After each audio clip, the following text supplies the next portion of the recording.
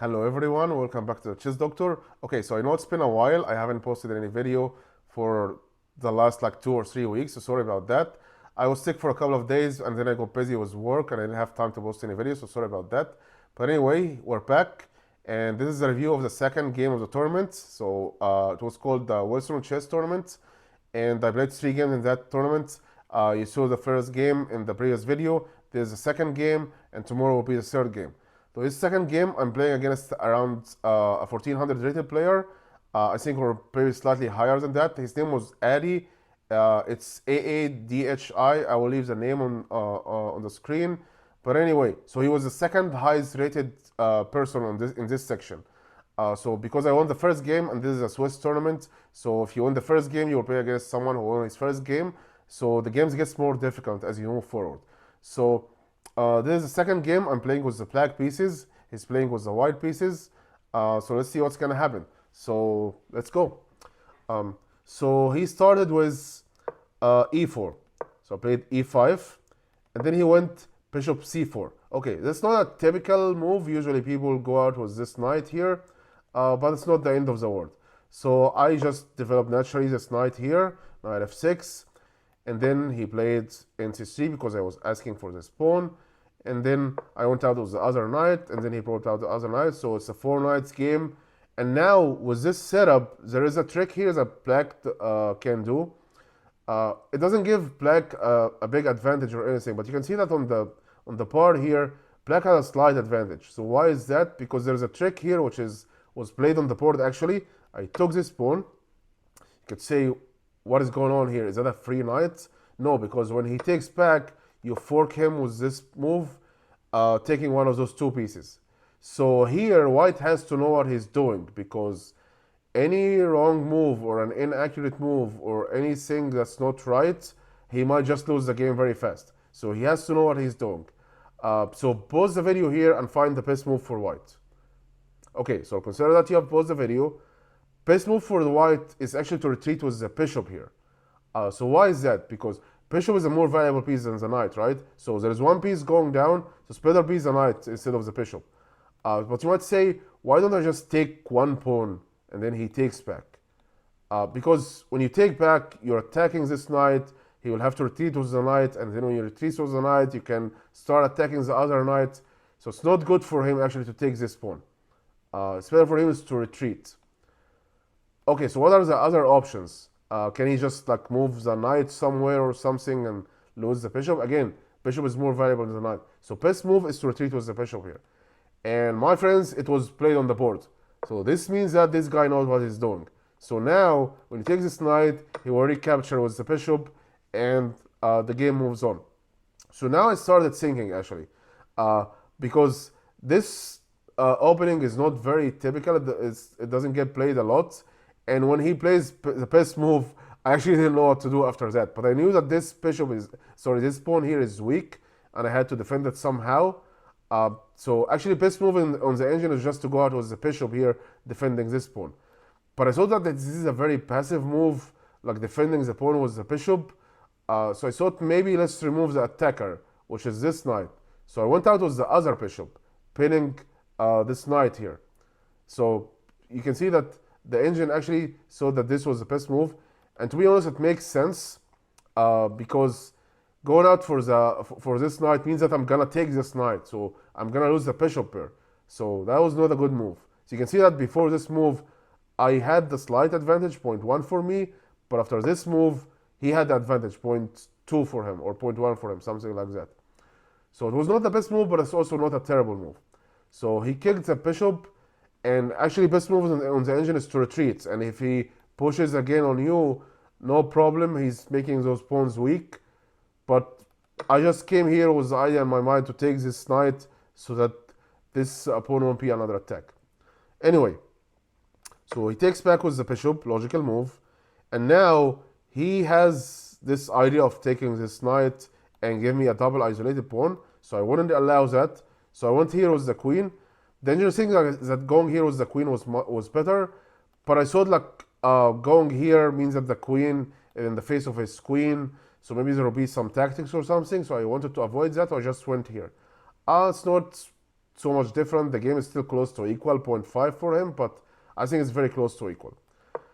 Then he played this move, logical move. Maybe he's preparing for this. And then I developed the other bishop. And once he saw this move, he kicked this bishop with this pawn.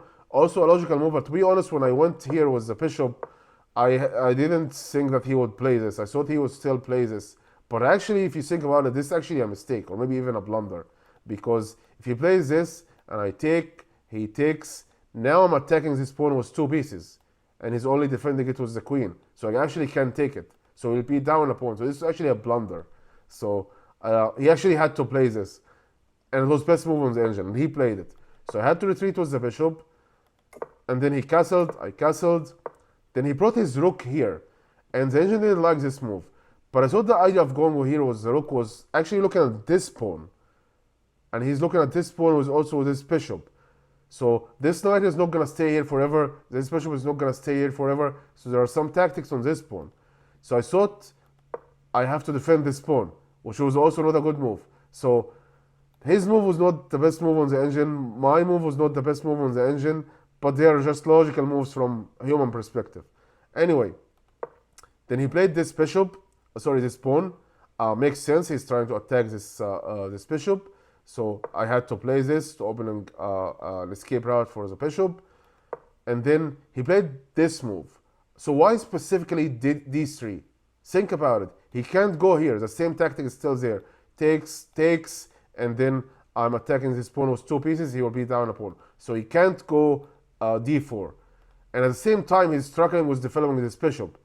It's blocked from this way, it's blocked from this way, so best way to develop the bishop is actually from this diagonal. So he had to move this pawn, and the only move available is d3. So I think this was actually a very good move. I don't know if it was best move or not, but it was a good move, and it makes sense, and this made me feel that this guy knows what he's doing. He's actually a good player. So then I retreated with this knight. This knight was not doing anything here. It's blocking the movement of this pawn. So I had to go here with this knight, which was best move on the engine. Then he went here with this bishop, logical move, looking at this diagonal, very strong. And this bishop is looking at this diagonal, and the queen is coming here. Looks like it's very dangerous. But as long as my queen is here and this knight is going here, there is still like no checkmate in sight or anything. So I went here with the knight. And then he brought the queen here. So now it's getting dangerous, because if this knight goes here, back here, for example, there's a checkmate on 1 here. So I have to be careful with that. But so far there's a queen and there's a knight, so there's no clear attack for him here. But again, the bishop bear is very dangerous. It's very obvious. Then I brought the rook here. I thought, like, let's try to develop my pieces more. I had a feeling like I was in a very defensive position, and his pieces are very active. He's taking a lot of space on the queen side with the pawns, and I'm not doing anything. So I had to come up with some idea. So I just moved the rook here, just looking on this file. The engine didn't like this move, but anyways, there was no like other good moves, to be honest. So I brought this bishop here. So actually, before playing this, the best move on the engine was to go here with the queen. So it probably was to avoid this tempo anyway. But anyway, so I played this, he came with the bishop, so I moved the queen here. And then he pushed this pawn. So he's now like taking a lot of space with this pawn, and he has the 2 bishops. Feel like I'm losing this game or something. But on the evaluation part, it's actually very close to equal. 0.7 is not a very big advantage. There's no clear winning position for him or anyway. So then I played this pawn. So I thought like he's pushing his pawns, so I have to push my pawns as well, right? And this move is defending this pawn, because this pawn was under attack by this bishop. I can't move the rook because of this bishop looking here at the pawn. So I had to play this. And now he realized that this bishop is a problem. This bishop is looking at a very strong diagonal, looking at his queen. So he retreated with his bishop. And once I saw this move, I immediately traded, because the bishop pair for him was very dangerous. So I immediately traded.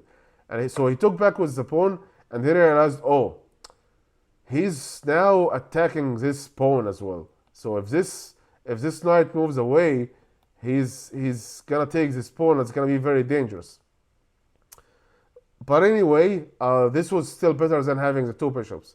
And on the engine, the game is still equal. So let's see what's gonna happen. Now I brought the other rook to the game, and then he played this move. Okay, this is now a critical moment in the game. So pause the video and find the best move for black here. So consider that you pause the video. So let me first tell you what I was thinking about here, because I spent like 10 minutes thinking here. I thought that this pawn is very weak. And if we start trading pawns here, he might end up bringing his bishop here, defended by this pawn. So he's building up a battery on this pawn, and I have to move with the queen, and this pawn falls because he's attacking it with the bishop and the rook. So what should I do here? So I played this move, defending this pawn. But this was a mistake, and you can see from the evaluation bar now he has an advantage of 2. So it's a very big advantage. So why is this move a mistake? I'm adding another defender to the pawn because I was afraid of this after the trades. It's now because you are losing a pawn. Because what happened is that he took here, I took here, he came with the rook, and now this pawn is gone. I can't defend this pawn. So let's go back. So what I should have done here? So I actually had to take this pawn. And then when he takes ballistic, he takes this way. I don't have to take back. So now I got rid of the weak pawn on the A file, which it's going to be a target that he's going to take afterwards. So I got rid of that, and then when he takes back, now I can play the rook here. So if he takes here, I take. This pawn is defended with the queen. Even if he comes here with the rook, I will go here with the rook, adding more defender to the pawn. And the game is equal and the material is equal.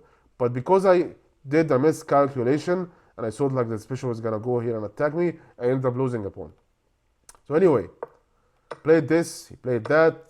He came here with the rook. I tried to defend this pawn because it was under attack by 2 pieces, and I can't defend both pawns. I had to defend only one.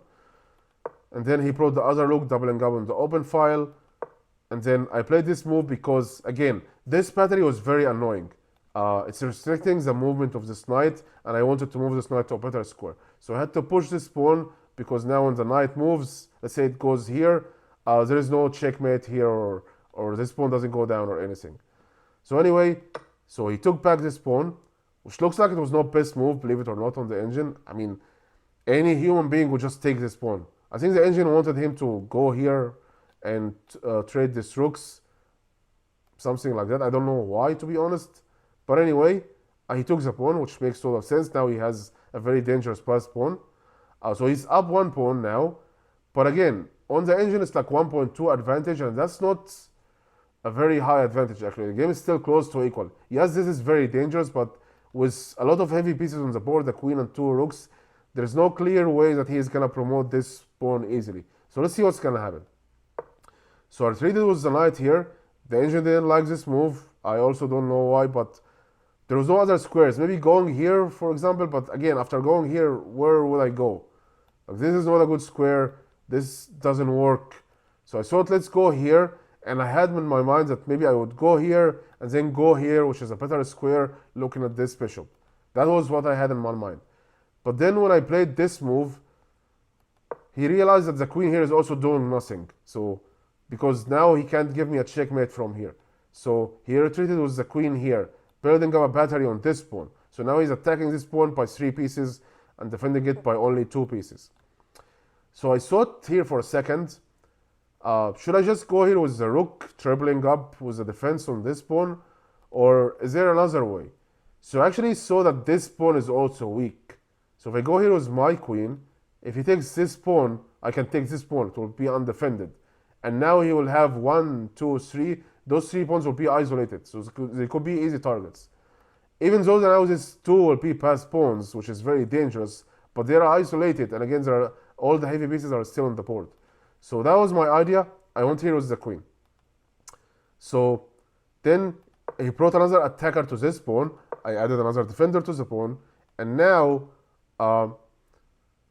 he saw that, he evaluated that if he takes here, I will take here. So what he played is that he went back with the rook after thinking for like 5 minutes, which was actually not a good move. Do you know why this is not a good move? Because the pawn is already defended. The pawn is already defended with the bishop. You don't have to bring another defender. You don't have to take this pawn now. You can try to find another idea. You still have one more pawn, so maybe you could just push this pawn. Actually, best move on the engine, instead of going back with the rook, was to push this pawn. Now the pawn is on the 5th rank. It's 3 moves away from promotion. It's getting dangerous. This was best move for him, actually. But this passive move actually gave me some time to start to develop this knight. So I went here with the knight.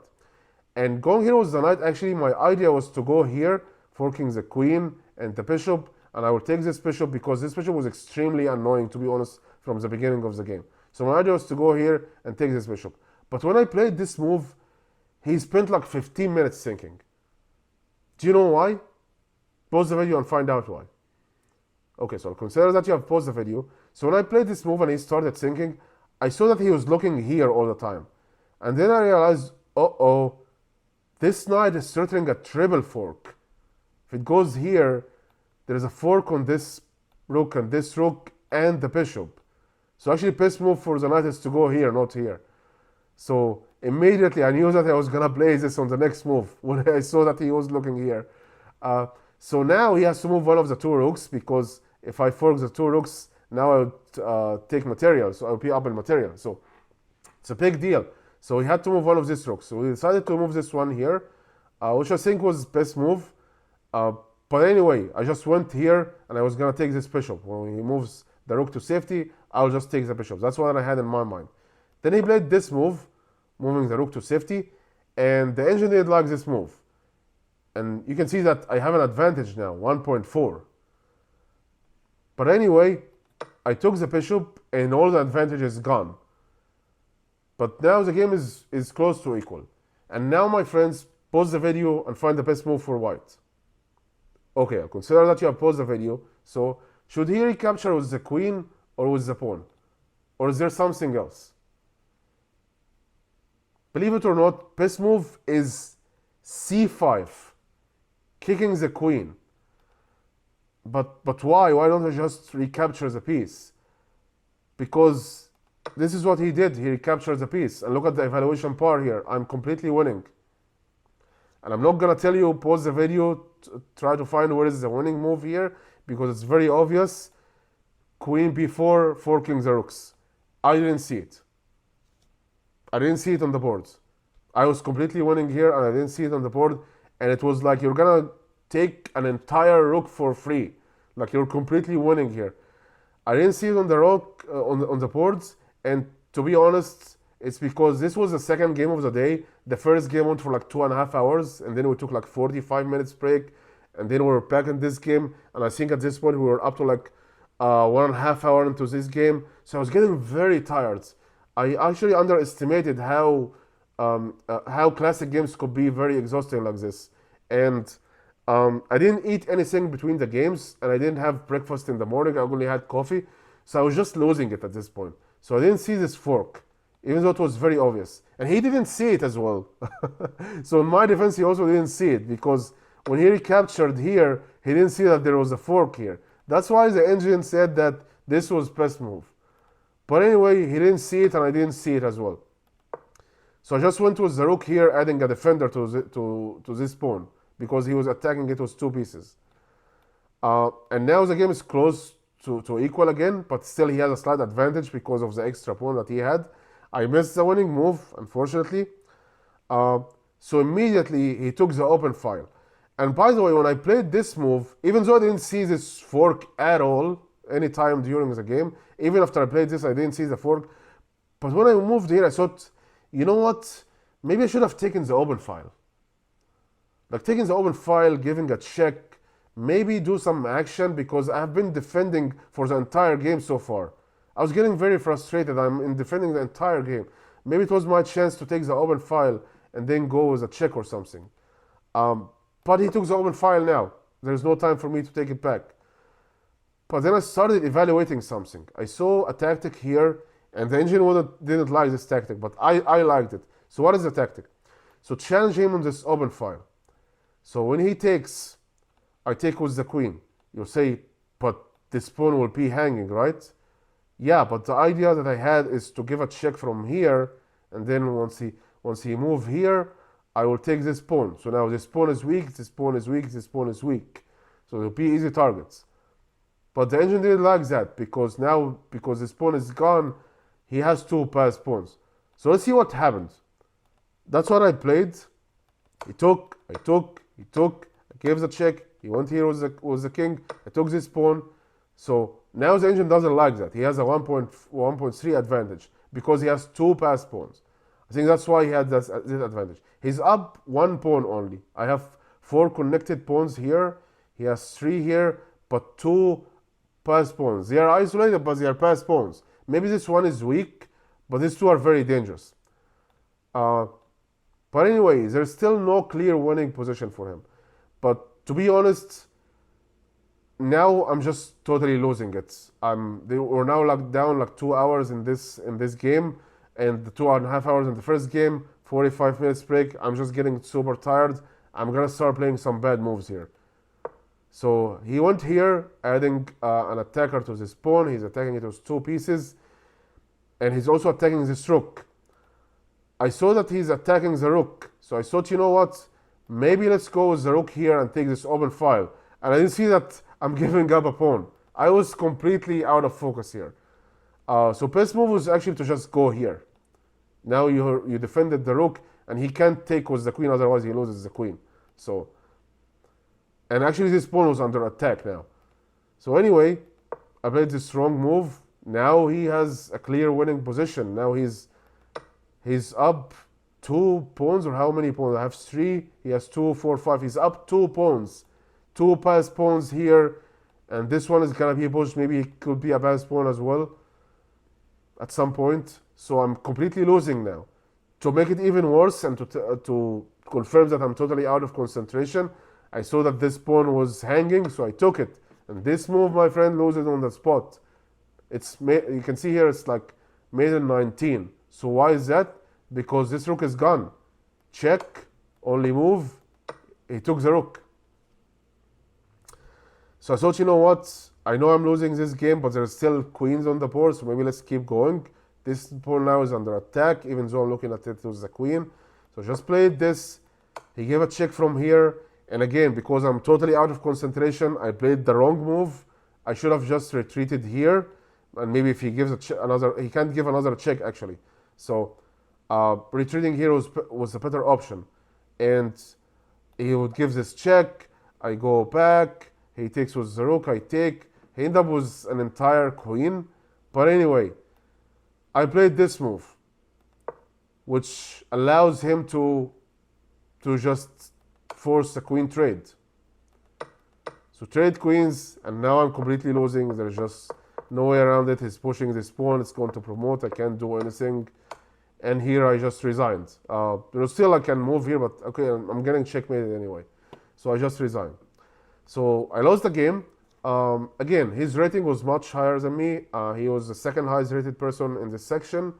And so this was the second game. I lost it. So I won one game, lost one game. Then there's still the third game, which we will see tomorrow. So if you like this video, give us a thumbs up and tell me in the comments what do you think about this game, and what do you think what's gonna happen tomorrow in tomorrow's game. So that's what we will find out tomorrow. So see you tomorrow.